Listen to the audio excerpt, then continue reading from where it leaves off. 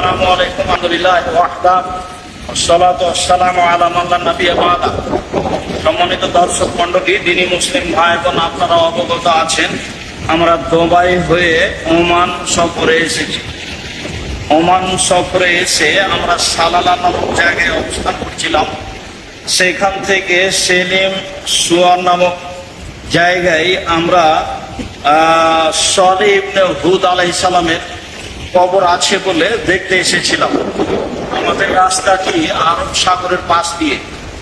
সম্মানিত দর্শক মণ্ডলী, আমরা আরব সাগরের পাশে দাঁড়িয়ে আছি। দেখতে পাচ্ছেন কেমন ঢেউ, সাগর কি আপনাদের অবগতিতে আছে। আল্লাহ তাআলা বলেন ওয়াইদাল জিবালু সুইরাত,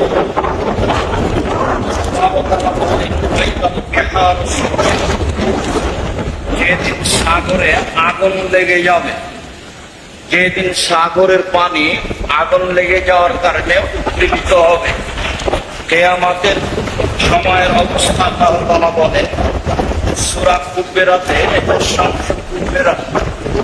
যেদিন সূর্যকে গুটিয়ে ফেলা হবে, ওয়াইজান নজমুন কাদারাত, যেদিন তারকাগুলিকে আলোহীন করে দেওয়া হবে, ওয়াইদাল জিবালু সুইরাত, যেদিন পাহাড়গুলিকে চলমান করে দেওয়া হবে, ওয়াইদাল বিহারু ফুজ্জিরাত, যেদিন সাগরে আগুন লেগে যাবে। সম্মানিত দিনী ভাই বোন, দেখেন সাগরের অবস্থা, এইসব অবস্থাগুলিকে এবং এই পাহাড়ের অবস্থাগুলিকে আল্লাহ তাআলা বলেছেন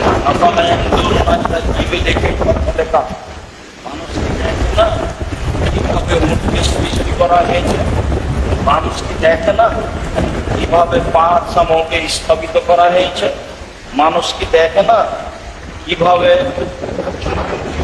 রয়েছে? সম্মানিত তিনি ভাই বোন, আসলে আল্লাহর নিদর্শন।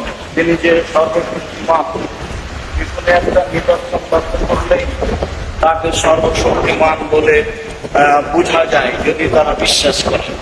সম্মানিত তিনি ভাই বোন, আমরা আরব সাগরের পাড়ে দাঁড়িয়ে এই অবস্থা আপনাদের দর্শন করে আমরা অনুরোধ জানাচ্ছি। আল্লাহ তাআলা বলেছেন অতিকালাম সাল নাজরে বহাদিন নাস বায়তুল্লাহ আলিমুন, আমি কত দৃষ্টান্ত পেশ করেছি, এইগুলো কেউ বুঝে না, তবে একমাত্র যারা জ্ঞানী তারাই বুঝে। এইসব নিদর্শন দেখে আল্লাহকে এক বলে মেনে নেওয়া উচিত।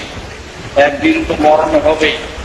যুগ যুগ ধরে কত মানুষ এসেছে, কত মানুষ গেছে, কত মানুষ। অতএব এই অবস্থা আপনাদের সামনে পেশ করে আপনাকে এক বলে মেনে নেওয়ার জন্য আমি অনুরোধ জানাচ্ছি। আর আজকে অবস্থা দেখলাম, গত পরশুদিন যা দেখেছি, প্রথম দিন দেখেছিলাম আইয়ুব আলাইহিস সালামের কবর এবং আইয়ুব আলাইহিস সালামের রোগ মুক্তির জন্য ঝর্ণা থেকে গোসল করার ঝর্ণা। তারপরের দিন দেখেছিলাম ইউনূস আলাইহিস সালামের কবর এবং ইমরান আলাইহিস সালামের কবর। আজকে এবং দেখেছিলাম ওই জায়গাটা, যে জায়গাটাতে সালেহ আলাইহিস সালামের মুখনির পা কেটে দেওয়া হয়েছে। আজকে সালেহ আলাইহিস সালামের কবর দেখে আসলাম, আর দেওয়া হয়েছে। সম্মানিত দর্শক মণ্ডলী, এসব অবস্থা দেখলে খুব কষ্ট হয়। এগুলো হচ্ছে শিরকের আঁকড়া। আর আসলে তারা ৩-৪ হাজার বছর আগে মারা গেছেন, তাদের এগুলো কবর, তার নিশ্চয়তা কি? এগুলো সব নতুন ভাবে বানিয়েছে। আমাদের দেশে যেভাবে কবর হয়, কবরকে সাজানো হয়, কবর উপরে সবুজ কাপড় দেওয়া হয়, সেভাবে সবুজ কাপড় দেওয়া হয়েছে। ইমরান আলাইহিস সালামের কবরটি লম্বা দেখানো হয়েছে, প্রায় ৬০ থেকে ৭০ ফুট লম্বা। আর আপনার সালেহ আলাইহিস সালামের কবরটি দেখা হয়েছে প্রায় ৪০ ফুট লম্বা। এরকমই আসলে কবর হতে পারে?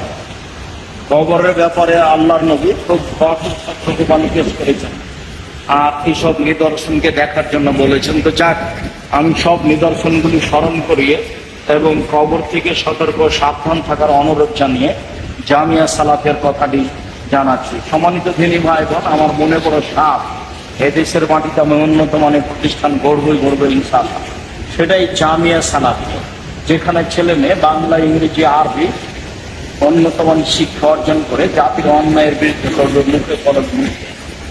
যারা এরকম শিরক, বিদআত এবং শিরক বেদাত অবস্থায় যারা আছে তাদেরকে, যারা এরকম শিরক বেদাতকে উৎখাত করতে পারবে এরকম পরিকল্পনা নিয়ে আমরা আগাচ্ছি। সম্মানিত দিনী ভাই বোন, আপনারা আন্তরিকভাবে জামিয়া সালাফের জন্য দোয়া করুন আর জামিয়া সালাফের সার্বিক কাজে অংশগ্রহণ করুন। আল্লাহ আপনাদের তৌফিক দান করুন। আল্লাহ আমিন। এই কথা আপাতত সাগরের এই মাছের আজকের মতো আসলে আমরা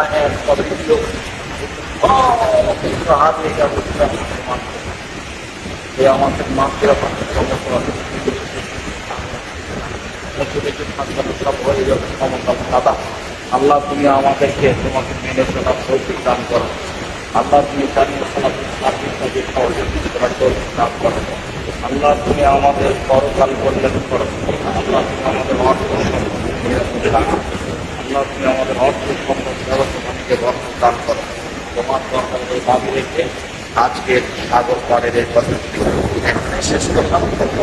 আল্লাহ